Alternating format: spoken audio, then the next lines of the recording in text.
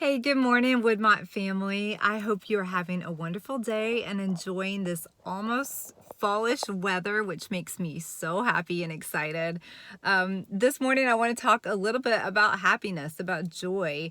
We met with some students this week, and they were saying, this one of the students said, I'd love for us to tackle some big issues that are going on right now in the world. But first, before we get to that, man, we all just need a little bit of rest and a little bit of joy. So I'm taking a cue from him.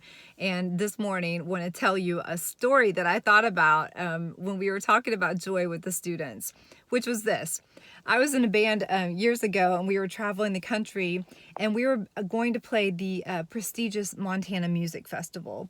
And so we get in the plane, and I sit down to this next to this guy that I don't know, and he asks where I'm going, and I tell him the town and tell him, we're in a band, we're headed to go play at this festival. And he looks at me and he goes, I've lived in Montana my whole life, and I have never heard of that town, and I've never heard of the Montana Music Festival. And in my head, I'm thinking, poor kid, like he's just not enlightened and he hasn't been to this prestigious event yet.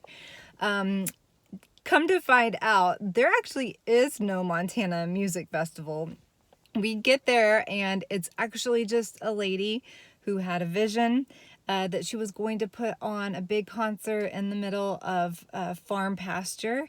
And she booked a whole bunch of bands and promised a whole bunch of money. And we spent a whole bunch of money to get there, and it wasn't real.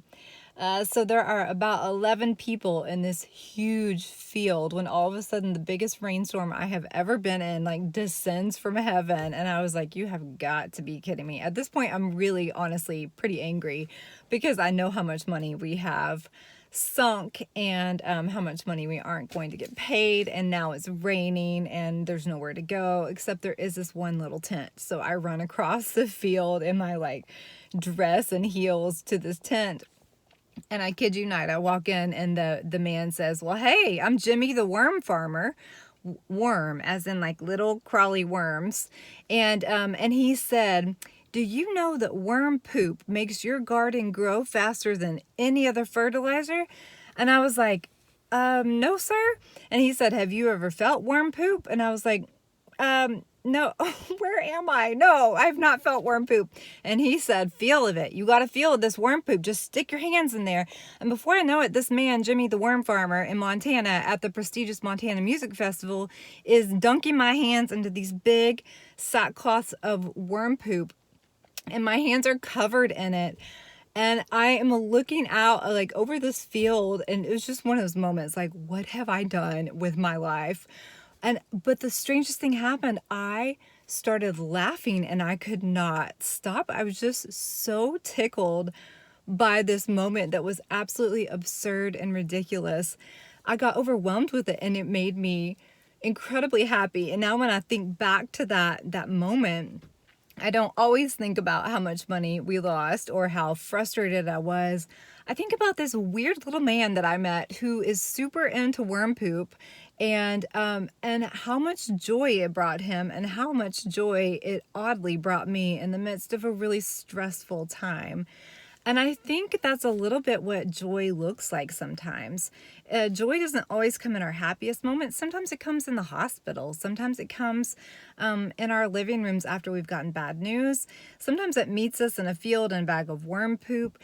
Joy is unexplainable like that. It's just rising up of something inside of us that chooses hope and love and has a little bit of faith and a little bit of groundedness, that no matter what the circumstances are up top, there's this thing underneath that's rooting us down.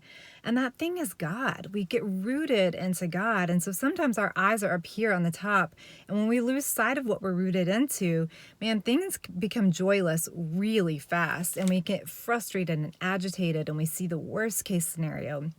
But sometimes when we can shift our gaze back to the source, back to what we're rooted in, all of a sudden we find ourselves laughing or smiling in a moment that really doesn't deserve much laughter or many smiles, and yet joy exists in that place. I love this quote. I don't know who says it. I think it's attributed to a lot of people, but it says, wherever you are, be there. Wherever you are today, be there. It may not be the place you chose. It may not be the place that you would want to be. And yet I would encourage you to look for joy even there, even in that place, even in this season. Joy exists. I'm going to close today by reading Psalm 63. I love it. Oh God, you are my God. I seek you. My soul thirsts for you. My flesh faints for you, as in a dry and weary land where there is no water. So I have looked upon you in the sanctuary, beholding your power and your glory. Because your steadfast love is better than life, my lips will praise you. So I will bless you as long as I live. I will lift up my hands and call on your name. My soul is satisfied as with a rich feast, and my mouth praises you with joyful lips. When I think of you on my bed and meditate on you in the watches of the night, for you have been my help, and in the shadow of your wings I sing for joy. Today be in the shadow of God's wings, wherever that finds you, and sing for joy. Wherever you are, be there.